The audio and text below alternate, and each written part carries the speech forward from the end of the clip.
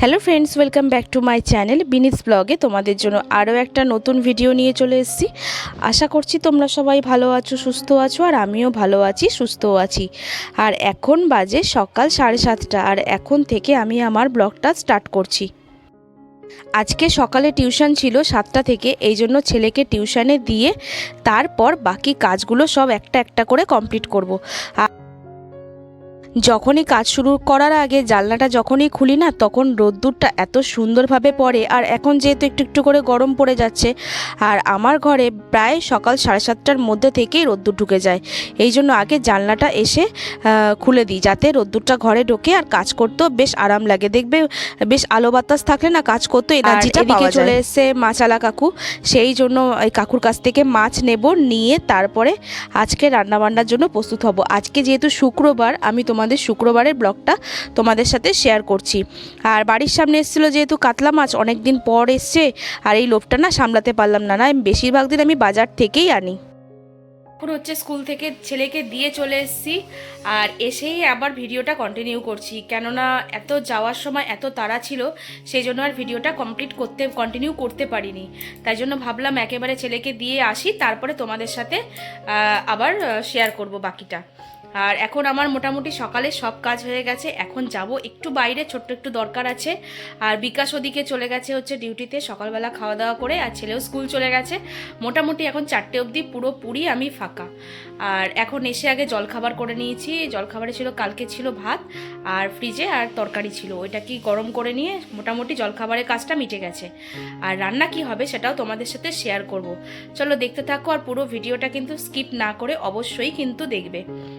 তারপরে চলে আসলাম সোজা কিচেনে, আর কিচেনে এসে এখন হচ্ছে ভাত বসিয়ে নিচ্ছি। চালটা ধুয়ে নিয়ে ভাতটা বসিয়ে দিলে মোটামুটি দেখবে রান্নার অর্ধেকটা কাজ মনে হয় এখানেই হয়ে যায়। কেন ভাত বসাতে যতটা সময় লাগে, ততটা সময় তো আর অন্য কিছুতে লাগে না। আর এদিকে মাছ রান্না হবে বলে মাছটা এদিকে বার করা হয়ে গেছে, আর মাছটাও রাখা আছে। আর চলো এইভাবেই কাজ করতে করতে সব কিছু তোমাদের সাথে শেয়ার করব, আর কথাও বলতে থাকবো। আর এখন আর কদিনের মধ্যে স্কুলটাও ছুটি পড়ে যাবে, তারপর ঘরেই থাকা সারাদিন, ছেলের টিউশন, এই নিয়েই চলবে। আর তোমাদের কার কেমন কিভাবে কাটছে আমাকে কিন্তু কমেন্ট করে অবশ্যই জানিও। আর এখন জানো তো ওয়েদারটা এতটাই খারাপ, সবারই প্রত্যেকটা ঘরে, মানে আমাদের ঘর কি বলো, প্রত্যেকটা ঘরেই এখন ঠান্ডা গরমের জন্য বেশ ঠান্ডা লেগেই যাচ্ছে। আমার তো প্রচণ্ড পরিমাণে লেগেছে, আর বেশ অনেক দিন ধরে লেগেছে, এখনও পর্যন্ত চট করে কমতেই চাইছে না। তো এখন স্নান টান সব সেরে নিয়েছি, সেরে নিয়ে এই এসে বসলাম। আর এখন বাজে দেখো কটা বাজে, ওই দেখো ঘড়িতে, দেখেছো? আমি আর দেখাতে পারছি না। এখন বাজে হচ্ছে 3:40, আর তারপরে খাওয়া দাওয়া সব কমপ্লিট করে যাব হচ্ছে ছেলেকে স্কুল থেকে নিয়ে আসতে। আর আমি যাই কি ওর বাবা যায় জানি না, কে যাবে, তবে কেউ না কেউ একজন যাবে। আর এখন খাওয়া দাওয়া করে তারপরে বাকি কাজগুলো সারবো। কাজ বলতে কি সেরকম কোনো কাজ নেই, টোটাল সব কাজ কমপ্লিট হয়ে গেছে। চলো দেখতে থাকো। এদিকে বিকাশের ভাতটা দিয়ে দিয়েছি, তারপরে গিয়ে আমরা খেতে বসবো। আর ছেলে ও আর বাবা তিনজনে আগে খেয়ে নেবে, আর তারপরে গিয়ে আমরা খেতে, আমরা বেশিরভাগ দিন না আমার আর মায়ের বেশ সবার শেষেই হয় খাওয়া। আগে সবার খাওয়া হয়ে যায়, তারপরে কিছু টুকটাক হাতের কাজকর্ম সেরে তারপরে গিয়ে আমরা খেতে বসি। আর এদিকে ওর খাওয়া হয়ে যাওয়ার পরে যে ফলটা খাবে, সেই ফলটা কেটে নিয়েছি।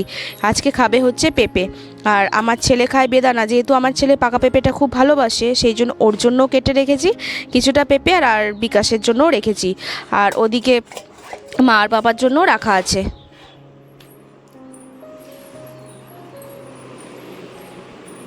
আর আমার জানো তো কোনো জিনিস কাটার পর, মানে কোনো সবজি ফল যেগুলো কাটার পর যে বীজগুলো থাকে না, সেইগুলো না নিয়ে রাখার খুব শখ। মানে সেগুলো আমি না খুব যত্ন করে রেখে দিই, রেখে দিয়ে কোনো গাছের গোড়ায় দিয়ে দিই, যাতে সেই গাছগুলো থেকে ছোট ছোট চারা বেরোয়, আর আমি অন্য জায়গায় পটিং করতে পারি। আর সেই জন্যই এখন এই বীজগুলোকে নিয়ে যাচ্ছি হচ্ছে ছাদে, কেননা আম গাছের যে টবটা লাগানো আছে, সেই টবটা না অনেকটা চওড়া, আর সেই টবটার মধ্যে যদি আমি ছড়িয়ে দিই, আর গাছগুলো সুন্দর হবে।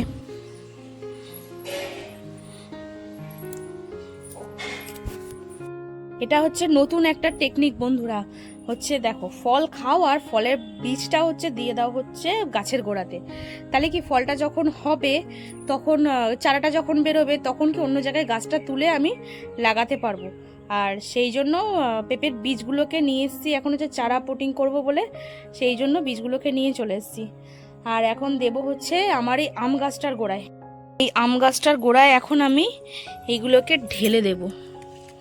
তাহলে কি যখন বর্ষার জলটা পাবে তখন এখান থেকে ছোট ছোট চারা বেরোবে, আর চারাগুলোকে নিয়ে অন্য জায়গায় লাগাতে পারবো। আর এই দেখো, এটা কি বলো তো, একটা ভাইয়ের মারফত এই পদ্ম গাছের চারাটা আমি পেয়েছি জানো তো, আর টিউবারটা পেয়েছি, এখনও সেটা পাককে আমি দিতে পারিনি। আর এটা কালকে হচ্ছে নিয়ে আসবো পাক তুলে, তারপরে গিয়ে এটা দেব, পদ্ম গাছটা বসাবো, তখন গামলায় বসাবো অবশ্য। আর একটা জিনিস দেখাই, এই দেখো আমার এই পদ্ম ফুল স্থল পদ্ম গাছটা পোকা হয়ে একদম শেষ হয়ে গেছে। একটু করে যতটা পারি ততটা তোমাদের সাথে শেয়ার করি, আর বাকি তো আর শেয়ার করা হয় না সব সময় সব কিছু। এই জন্য যখনই ওপরে আসি তখনই একটু একটু করে তোমাদের সাথে গাছগুলো শেয়ার করি। চলো এবার ফলগুলো সব কাটা হয়েছে যে জায়গাটায়, সেই জায়গাটা এবার নিয়ে করে নেবো একটু পরিষ্কার, কেননা যে কাজের দিদি চলে আসবে তার তখন তাড়াহুড়োর মধ্যে না সব কাজ করা হয় না। এই জন্য এখন সব পরিষ্কার টরিষ্কার করে নিয়ে তারপরে একটু শুতে যাব। তার মধ্যে ওর বাবা গেছে হচ্ছে ছেলেকে স্কুল থেকে আনতে, এবার স্কুল থেকে নিয়ে আসলে একটা খাওয়ানোর ঝামেলা থাকে, এবার ছেলেটাকে খাওয়াবো, ফলটা কেটে দেবো, এই করতে করতে প্রায় 6টা প্রত্যেক দিনই বেজে যায়, কোনো দিনও একটু শোয়ার টাইম হয় না। তারপরে আবার ছেলেকে সন্ধ্যাবেলা টিফিন করানো, পড়ানো, সব কিছু নিয়েই চলতে থাকছে গো।